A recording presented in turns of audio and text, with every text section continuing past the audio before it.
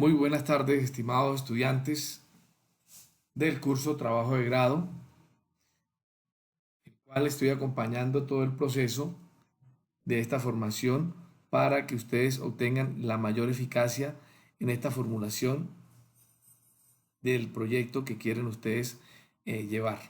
En ese orden, si ustedes hacen una revisión de la rúbrica, se le está solicitando que entre el grupo cada uno proponga un problema, lo divulgue en el foro y así, cuando ya lo tengan todo divulgado, ojalá que sea más tardar esta semana, escojan un trabajo que a todos les guste para que puedan finiquitar el proyecto de investigación que van a arrancar todos, porque va a ser un trabajo por los cinco, no un trabajo por cada uno, sino un trabajo por los cinco. En ese orden, quiero dar esta explicación que antes de la formulación del problema se debe reconocer una situación problema. ¿Y cuál es la situación? Hay que entender qué otros investigadores han evaluado lo que ustedes quieren proponer. Eso es lo que se llama los antecedentes del problema para poder revisar históricamente quiénes vienen trabajando. Entonces, desde la carrera que cursó, qué asignatura me presenta preguntas y situaciones que requieran una respuesta. Hay 4 líneas. De esas 4 líneas de investigación, ustedes escogen una que le dé a ustedes la importancia de evaluación y determinar cómo ustedes van a tomar. Voy a tomar como referencia desarrollo educativo y económico. Cojo esa línea y dependiendo de la línea voy a empezar a discernir qué problema existe en una comunidad. ¿Quién ha estudiado el tema? Ahora lo voy a mencionar más adelante. Definir las preguntas del problema. ¿Qué quiere decir eso? ¿Qué impide un proceso? ¿Qué se requiere para un desarrollo? ¿Qué espero lograr de un procedimiento? ¿Cómo se determina un fenómeno? ¿Qué oportunidad o qué problema quieren resolver? De allí tengo que identificar muy bien las variables si estoy haciendo una investigación cuantitativa o debo determinar las categorías si es una investigación cualitativa. Pero casi la mayoría se va por la investigación cuantitativa y por eso hablo de variables. Entonces las variables deben ser medibles. Entonces la variable independiente estamos hablando de la causa y la variable dependiente es el efecto. Entonces vamos a tomar como ayuda el marco lógico que lo utiliza mucho la ONG USAID para establecer esa problemática social que muchas veces se encuentra en un determinado sitio. ¿Qué elementos de enlace vamos a tener en cuenta para esto? La relación, la asociación, la dependencia, la diferencia que hay frente a lo que yo quiero encontrar del problema. Además, la unidad de observación es muy importante, es la que me da esa apertura o esa génesis de diagnóstico, cómo está la situación en X comunidad, en X empresa, en X organización, en X población. Entonces yo determino con esa unidad de observación, identifico el sujeto, el objeto, a quién voy a realizar la investigación. Entonces voy a hacer un abordaje de lo que está pasando. Entonces, en otras palabras, para que me entiendan algunos, hago una radiografía. Esa radiografía me demuestra qué está pasando en esa imagen y yo puedo diagnosticar qué sucede. El lugar o contexto geográfico. Ustedes lo determinan, qué región, estado, nación o sea a nivel mundial. Lo vamos a hacer a nivel local. ¿Qué van a estudiar ustedes allá donde están ubicados y donde viven? Además, el elemento temporal que es toda investigación debe establecer los límites de tiempo. Por eso nosotros este curso que demora 4 meses, tiene 16 semanas, va a tener un curso de ese limitado tiempo en el cual ustedes van a ser eficientes y eficaces en entregar un buen resultado. Entremos en materia, en el planteamiento del problema. El primer eslabón de la cadena problema, investigación, solución, vamos a encontrar dos tipos de problemas. Uno que va a ser descriptivo, que busca una caracterización de la situación, que es el centro del problema, es establecer una vinculación entre un grupo de carácter o propiedades y la frecuencia de aparición de este respecto en un fenómeno particular. Además, el causal es el objetivo, que es brindar una explicación acerca de las causas que están determinando el fenómeno. Esto es lo que más importancia tiene dentro del planteamiento del problema. Por eso cuando hablamos de la información, entonces necesitamos documentarlo, que es lo que decía anteriormente, la situación problema, perdón, los antecedentes del problema, que vamos a mirar la necesidad de la información y el objetivo de la investigación. En las preguntas, ¿para qué vamos a investigar lo que quieren ustedes focalizar? Ahora más adelante les voy a dar un ejemplo o dos ejemplos para que ustedes focalicen lo que vamos a hacer. ¿Cuáles son sus objetivos? Se han de desarrollar una presentación clara y concisa del problema. Entonces, voy a pasarla a otra presentación para que terminemos ustedes lo que ustedes van a evaluar. ¿Qué es un problema? Es una situación insatisfactoria. ¿Qué quiere decir? Es algo que no se ha podido resolver. Se refiere a que a una necesidad insatisfecha, a una oportunidad no aprovechada. Tiene que reflejar la situación actual. ¿Qué pasa? ¿Qué es lo que sucede ahí? ¿Qué requisitos se necesitan para ese problema? Ese problema puede ser abordado a través de un proyecto que es lo que ustedes quieren abordar. De allí lo importante del diagnóstico. Por eso les decía a ustedes, es la situación actual de lo que está pasando. El estudio recoge la información necesaria para realizar una correcta identificación del problema central del proyecto. ¿Qué buscamos con este diagnóstico? Entender las condiciones actuales en las que se encuentra una determinada comunidad o localidad respecto al tema escogido para desarrollar el proyecto. También se debe identificar el área de influencia, explicar los motivos que generaron esta elaboración del proyecto, explicar los problemas encontrados y la gravedad. Ojalá desde cuándo, la relevancia y qué grado de avance hay sobre ese problema. Y qué nivel de perfil se utiliza en la información secundaria, los documentos estadísticos, los documentos históricos que han investigado otros autores, y ojalá puedan tomar una evidencia fotográfica de cómo está la situación actual y a dónde la quieren llevar en un suceso a mediano o a largo plazo. El problema central es un propósito sentido negativo, describe una situación insatisfactoria. El problema central es un hecho o situación, no es un documento, debe ser algo específico para ser atendido por solo un proyecto. El problema central es importante, que afecta a gran parte de una población. El problema central no es la ausencia de una solución, es la falta o la carencia. El problema central es verdadero, existe evidencia empírica, puede ser sustentado estadísticamente.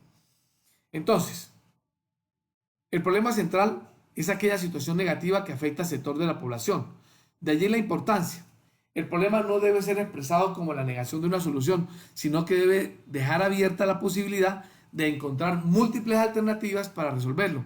Si se diera el caso de que hay una solución predominante o que pareciera ser única, un procedimiento que facilitará la correcta identificación del problema central es preguntarse por qué es necesaria esta solución. Voy a colocar unos ejemplos de cómo se va a formular un problema.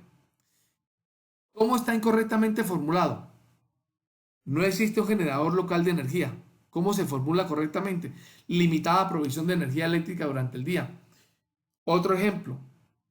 ¿Cómo está formulado incorrectamente? Necesidad de un programa de empleo femenino. ¿Cómo se va a formular? Baja participación de la mujer en la generación de ingresos de los hogares en situación de pobreza. Otro proyecto formulado incorrectamente. Ausencia de programas de educación inicial. ¿Cómo se debe formular correctamente? Bajo rendimiento de niños y niñas en los primeros años de educación primaria. Entonces, si ustedes revisan, uno tiene que determinar cuál va a ser la zona, el espacio, el tiempo que va a evaluar la investigación. Vamos a utilizar un problema. Vamos a identificar que vamos a utilizar un mapa conceptual donde vamos a identificar un problema, unas causas directas, unas causas indirectas y así unos efectos directos y unos efectos indirectos. Este es el mapa conceptual que yo los invito a que ustedes revisen. En esta parte central es donde va el problema central. Aquí en la parte de abajo van las causas primarias, aquí van las causas secundarias. Y en la parte superior, efectos y efecto principal. Vamos a tomar un ejemplo, nos ayudaría a entender un poquito el tema. El primer ejemplo, el problema principal fue identificado como bajo rendimiento en los cultivos agrícolas. ¿Cuáles son las causas directas o indirectas? Tengo una lluvia de ideas. Tengo inadecuadas técnicas de riego, bajo nivel tecnológico, baja fertilidad del suelo, sequías o heladas, cultivos no rentables, rotación inadecuada de cultivos, mala calidad de semilla, identificación en el uso de la tierra, insuficiente o inadecuada utilización de los fertilizantes, inadecuadas vías de comunicación que dificultan la comercialización de los productos, insuficiente disponibilidad de recursos hídricos, deterioro en la infraestructura de riego, inadecuadas prácticas culturales. ¿Cómo voy a desarrollar toda esa lluvia de ideas y lo voy a montar en un mapa conceptual para que determine ese árbol de problemas? Yo lo tengo que depurar. ¿Cuáles son las causas directas? ¿Cuáles son las causas indirectas? Entonces, causas directas: insuficiente disponibilidad del recurso hídrico, bajo nivel tecnológico y baja fertilidad del suelo. Causas indirectas: inadecuadas técnicas de riego, deterioro de infraestructura, la rotación inadecuada de cultivos, la intensificación del uso de la tierra y la mala calidad de la semilla. Todo eso hace determinar hacia dónde va cada una de ellas. Por eso yo, elaborando el árbol de causas que complementa el árbol de problemas en general, tengo un problema central: bajo rendimiento de cultivos agrícolas. Eso genera unas causas directas, como lo mencioné anteriormente: insuficiente disponibilidad de recursos hídricos, bajo nivel tecnológico y baja fertilidad del suelo, y ahí se desprenden las demás. Pero algo muy importante: también tengo que determinar los efectos. Entonces yo revisé los efectos y encuentro que hay caída de los ingresos, abandono parcial de la tierra, migración, disminución del grado de integración al mercado, abandono de la actividad agrícola, retraso socioeconómico, malas cosechas, alta tasa de nutrición y conflicto en la zona. ¿Cómo convierto todo eso en cuál es el efecto directo y el efecto indirecto? El efecto directo: caída de los ingresos de los productores agropecuarios. ¿Cuál otro efecto directo? Disminución del grado de integración en el mercado, porque el costo de producción por unidad es mayor. Efectos indirectos: abandono parcial de tierras, migración, abandono de la actividad, desnutrición, conflicto en la zona. Aquí tengo la otra parte del árbol de problemas, el árbol de efectos. Ya lo había dicho: retraso socioeconómico en las comunidades del área afectada, teniendo siempre como problema el bajo rendimiento de los cultivos agrícolas. Tengo caída de los ingresos de los productores agropecuarios, disminución del grado de integración en el mercado, y eso me genera todo lo que tengo acá: pérdida de capital de trabajo, abandono de la actividad, migración, desnutrición, conflicto. Entonces aquí en este tengo el árbol de causas y efectos, que es el árbol de problemas. Entonces, ¿qué quiere entender esto? Que ustedes explican de una manera fácil el planteamiento del problema. ¿Cuál es el planteamiento del problema? La baja rendimiento de los cultivos agrícolas. ¿Por qué? Porque hay unas causas muy directas, que es la insuficiente disponibilidad del recurso hídrico, bajo nivel tecnológico y baja fertilidad. Ahí cada una recurre a cada una causa indirecta, como es el inadecuado técnico de riego, porque hay insuficiente disponibilidad hidráulica, hay deterioro en la infraestructura. Dentro del bajo nivel tecnológico es porque no hay rotación inadecuada de cultivos, hay intensificación del uso de la tierra y la mala calidad de la semilla. Eso genera unos efectos, como cuáles: la caída de los ingresos, el abandono de la actividad, la desnutrición, la pérdida de capital de trabajo, la migración y conflicto en la zona. Todo eso genera retraso socioeconómico en las comunidades del área afectada. Tengo en la ciudad del Mango tiene varias compañías de autobuses. Durante los últimos años la frecuencia de accidentes de los mismos ha aumentado de manera significativa. Esto está causando muchos retrasos e inconvenientes en los pasajeros. También ha habido varios accidentes serios, dando como resultado varios pasajeros muertos. Los periódicos informan que el problema de algunas compañías que han sido objeto de mala publicidad y han registrado una reducción en el número de pasajeros. Gran parte del problema es técnico: los autobuses son viejos, están mal acondicionados debido a la falta de persistencia de repuestos. O otro es el factor humano, también muy importante, porque hay accidentes que han sido causados por el exceso de velocidad en los malos caminos. Y una de las compañías que está organizando este taller hace decidir cómo va a evaluar el problema, y aquí lo encuentran ustedes. ¿Cuál es el problema? El problema es el alto índice de accidentes de tránsito en autobuses en cualquier carretera de Colombia. ¿Cuáles son las causas? Mala conducción de vehículos, vehículos en malas condiciones, carretera en malas condiciones. ¿Cuáles son las causas indirectas? Si tengo mala condición de vehículos, tengo conductores poco capacitados.